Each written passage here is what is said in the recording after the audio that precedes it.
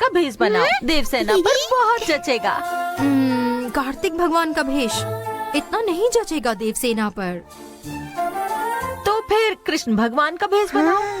क्या बुआ, आप भी भगवान का भेष बता रही हैं? ये भी बच्ची है। कोई और आइडिया बताइए। तो फिर इस पर क्या सूट होगा?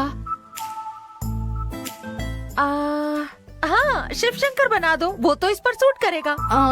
अरे नहीं बुआ, रुकिए मैं बताती हूँ। कुछ ऐसा सुझाव जिससे मैं जीत जाऊँ। हाँ बिल्कुल। तो फिर बताओ ना। पहले तुम्हें दिखाती हूँ, उसके बाद डिसाइड करेंगे। ठीक है। कैसी लड़की है, कार्तिक ने कहा तो मानी नहीं, कृष्ण ने कहा तो भी नहीं मानी, शिव के लिए भी मना कर दिया। ऐसा क्यों? ओह, कार्तिकेय की पत्नियां वल्ली और देवानी, कृष्ण की पत्नियां श्रीदेवी और भूदेवी, शंकर की गंगा और पार्वती। दो पत्नियां हैं इसलिए। लगता है इसलिए मना कर रही है गंगा। समझ गई मैं।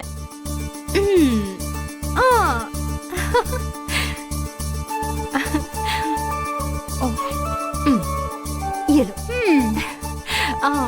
सुपर लग रही हो। ये किसका ड्रेस है गंगा? मैंने इससे पहले कभी नहीं देखा था। ये हमारे अन्नदाता का भेष है, किसान का भेष। हम खाना खाने से पहले ईश्वर को शुक्रिया कहते हैं, लेकिन हमें खाना दिलाने वाला ईश्वर ये किसान है। यही ड्रेस पहन कर जाओ, मुझे यकीन है तुम जरूर जीतोगी। All the best.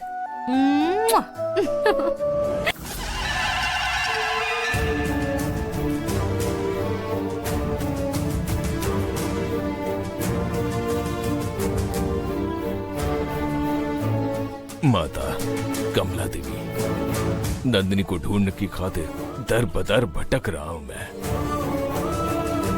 आज मैं तुम्हारे दरबार में आया हूं। ग्राम देवता को सभी राज पता होते हैं। अगर नंदिनी तुम्हारी सीमा में हुई तो तुम्हें ये बात जरूर पता होगी। मैं तुम्हारे दर पर कपूर चला रहा हूं। कपूर बुझाने से पहले तुम्हें मुझे नंदिनी का ठिकाना बताना होगा। हाँ।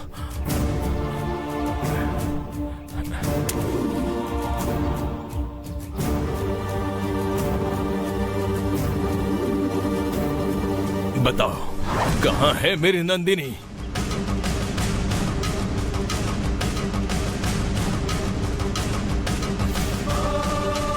बताओ माँ, बताओ कहाँ है मेरी नंदिनी?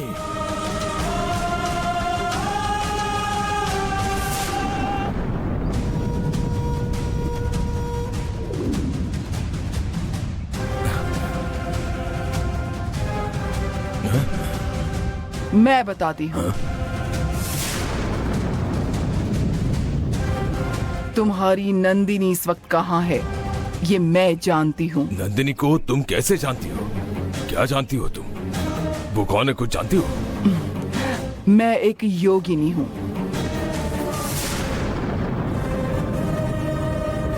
शिवनाग और शक्तिनाग की रक्षा में रहने वाली चेलम माँ की उपासिका।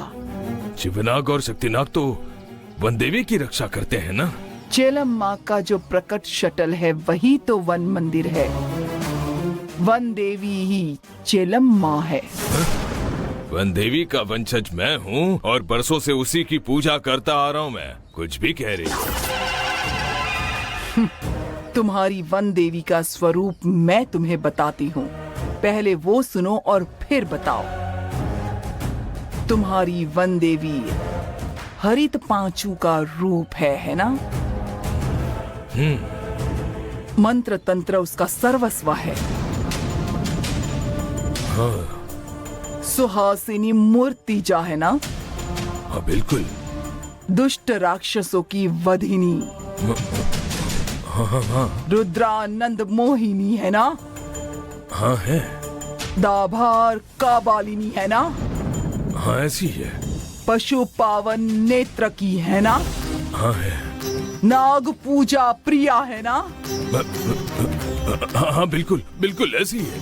सनंदन सनादनारण सथन कुमार सदानंदन, नाल पेल काल, ऐसे चारों लोगों को अपने चरणों तले रखकर उपदेश करने वाली क्रीड़ा मूर्ति जैसी कुंवारी लड़कियों को अपने चरणों में आश्रय देने वाली है। हाँ, जैसा तुम कह रही हो बिल्कुल वैसी है। तो तुम्हारी वन देवी का नाम भी तो चेल्लीमा ही है ना? उसका नाम पता करने में कई साल बीत गए। मेरी नंदिनी अपने आप बाहर क्यों नहीं आ रही है, ये बस चेल्लीमा ही जानती होगी। जो चेलम्मा देवी हैं वो हमारी वन देवी हैं। चेलम्मा के बारे में खुद चेलम्मा या उसके प्रिय भक्त ही बता सकते हैं। तुम्हें चेलम्मा का ये रहस्य मेरे द्वारा ही मालूम हुआ है ना? मेरी कुल देवता के बारे में तुम सब कुछ जानती हो। शुक्रिया दीदी, सुनकर जीवन धन्य हो गया। बहुत बहुत शुक्रिया। मैं तो बस नाम का ही पुजारी हूँ, तुम साक्षात योगिनी हो।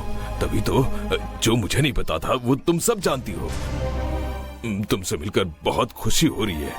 तो आप ही हमारी वन देवी के पुजारी हो? मैं तो बस नाम का ही पुजारी हूँ। उसकी विधिवत पूजा तो पार्वती किया करती थी। अब ये कौन है पार्वती?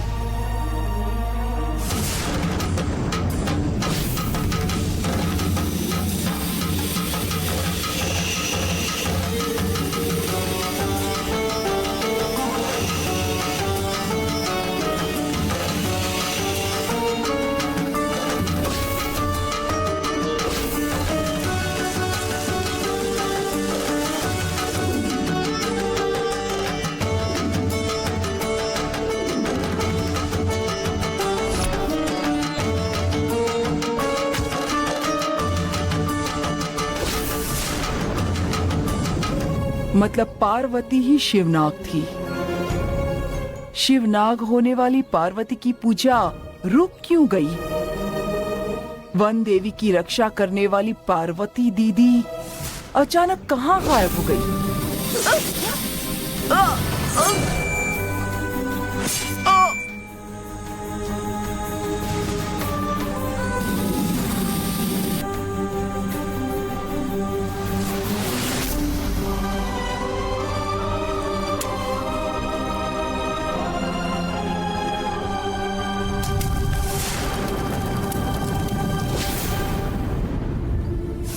तंबोरन की मदद से नंदिनी को उस महल में बांध कर रखने वाला राजशेखर ही था ना?